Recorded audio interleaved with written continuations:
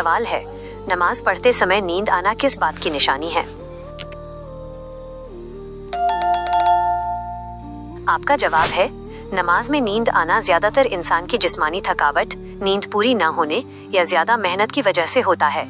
इस्लाम इंसान को उसकी ताकत से ज्यादा तकलीफ नहीं देता। अगर कोई बंदा सच्ची नीयत से नमाज के लिए खड़ा हुआ और कमजोरी की वजह से उसे ऊंघ आ गई तो ये गुनाह नहीं है। अल्लाह ताला बंदे की हालत, उसकी मजबूरी और उसकी नीयत को अच्छी तरह जानता है, इसलिए ऐसी नींद को अल्लाह की नाराजगी समझना गलत माना जाता है। सवाल है, अगर नींद सिर्फ इबादत के वक्त ही आए और दुनियावी कामों में न आए तो क्या होता है?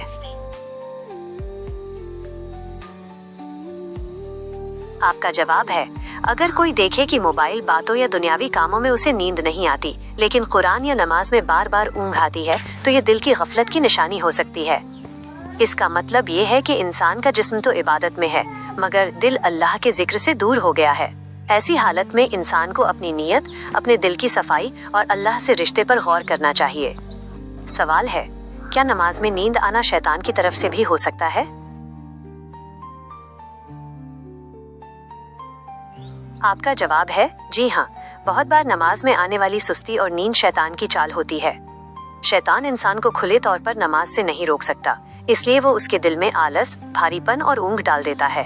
उसका मकसद ये होता है कि बंदा जल्दी नमाज खत्म करे या दिल लगाए बिना इबादत करे। लेकिन अगर बंदा अल्लाह से मदद मांगे और कोशिश करता रहे तो शैतान नाकाम हो जाता है।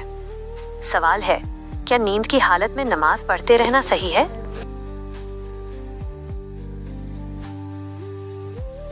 आपका जवाब है, हदीस शरीफ में आता है कि जब इंसान को नमाज में ज्यादा नींद आने लगे और उसे समझ ही न रहे कि वो क्या पढ़ रहा है तो बेहतर है कि वो थोड़ा आराम कर ले ताकि दोबारा होश और ध्यान के साथ इबादत कर सके।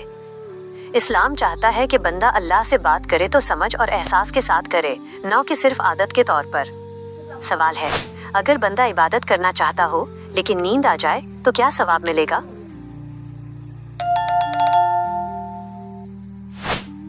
आपका जवाब है, बिल्कुल मिलेगा।